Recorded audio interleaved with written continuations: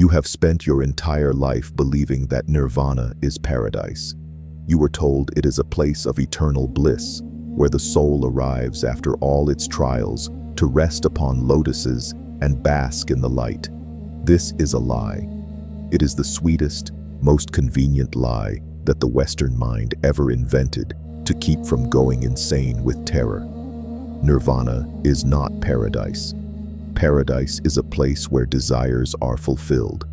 Nirvana is a place where there is no one left to wish. You think you are striving for nirvana, but if you saw for just 1 second what it truly is, your ego would scream in fear and run back to this world of suffering. Because nirvana is not the beginning of eternal life. It is the end. It is the great, absolute, irreversible nothing. And today we are going to look into its eyes. We are accustomed to perceiving the spiritual path as accumulation. We accumulate money, we accumulate impressions, we accumulate knowledge, and then we come to spirituality and begin to accumulate merit, karma, and mindfulness.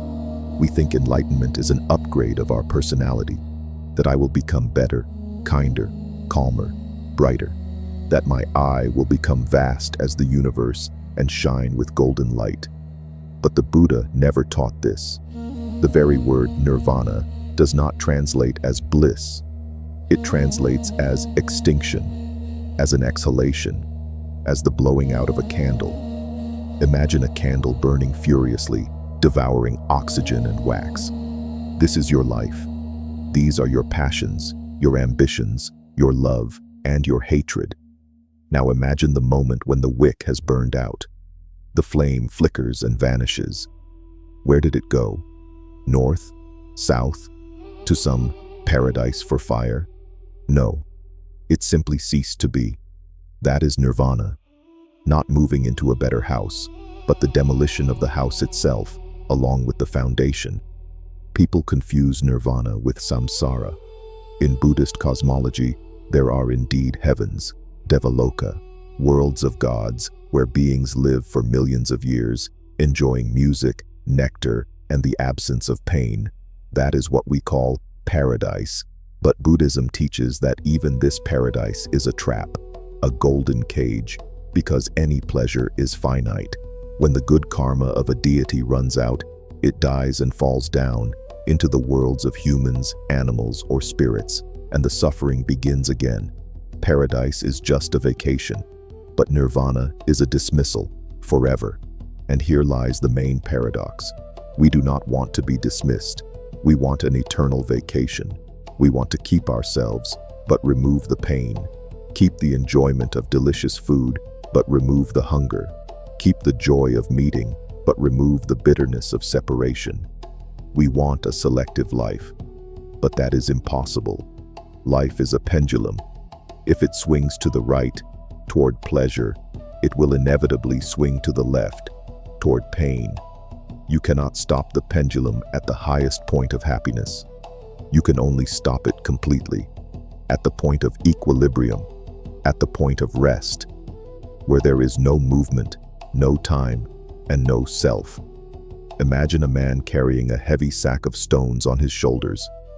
This sack is his personality, his attachments, his name, his history. He walks uphill, sweating, suffering, rubbing his feet until they bleed, and he dreams of paradise.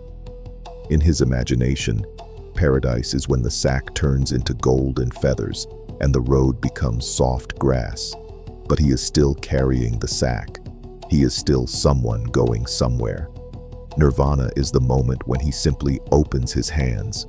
The sack falls into the abyss, and suddenly it turns out that there is nowhere left to go. And, what is most terrifying, there is no one left to go there. The one who carried the sack was defined only by the weight of the burden. Without the burden of suffering, the bearer also disappears. Why does this sound so frightening? Because we are in love with our suffering. Look at your thoughts. What do you think about before falling asleep? About someone who offended you? About what you want to buy? About whom you love? All these are forms of thirst. Buddha called this Tanha, the thirst for being. We burn with this thirst. We want to be. Even if we are suffering, sick, unhappy, we want to exist. Nirvana is the total eradication of thirst.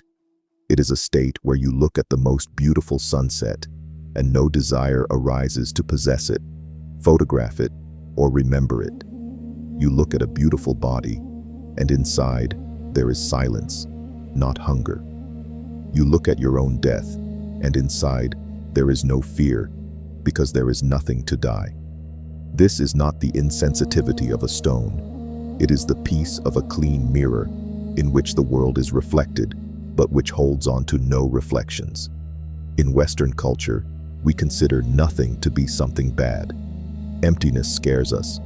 For us, emptiness is a deficit, a lack. But in Eastern philosophy, emptiness is potential. It is space. Think about a cup. What makes a cup useful? The clay it is made of, or the beautiful patterns on the walls? No.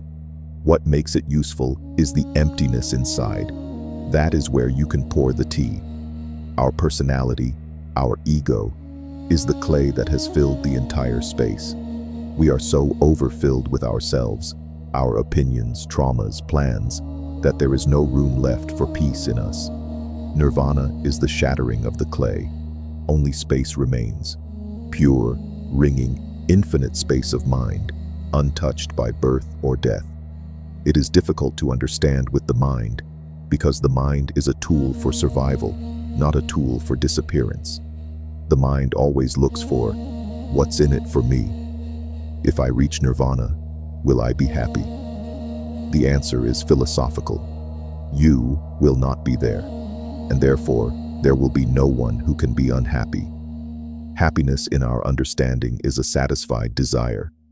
You wanted water, you drank, you are happy. But in an hour, you are thirsty again. Nirvana is not infinite water. Nirvana is the disappearance of thirst forever.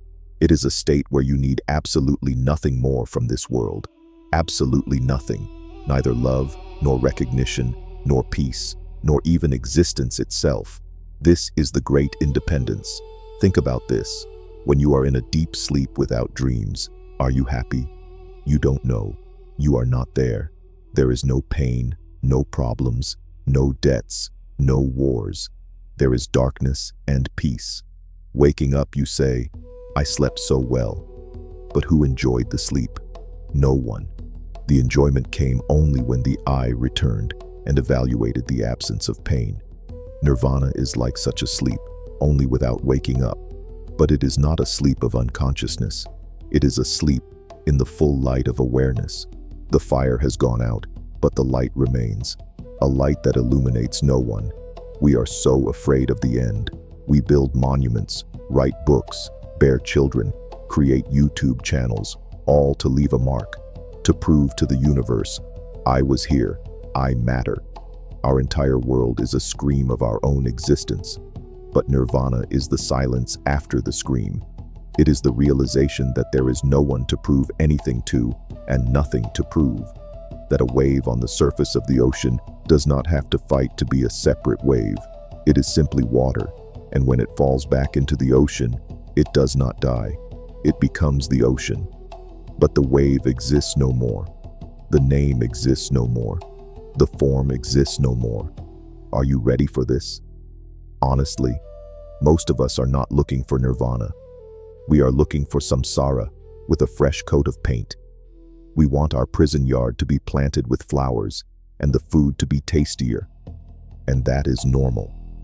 There is nothing shameful in wanting happiness, but do not call it spiritual liberation.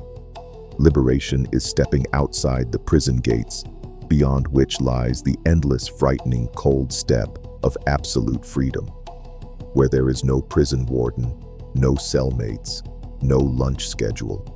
There blows the wind of eternity, which blows the skin off your face, the name off your passport, and the soul out of your body. Only truth remains there, and this truth is that you never existed. And now ask yourself one question, right now, in this second. If a door appeared before you with the sign Nirvana, and you knew that by entering it, you would disappear forever, without memory, without hope of return, without meeting your loved ones, simply dissolve like smoke in the sky. But along with you, all the pain, all the fear, all the anguish that has gnawed at you for millions of years would also disappear. Would you open that door? Or would you step back into your cozy, warm, familiar hell? Do not answer immediately. Listen to the silence inside. The answer is there,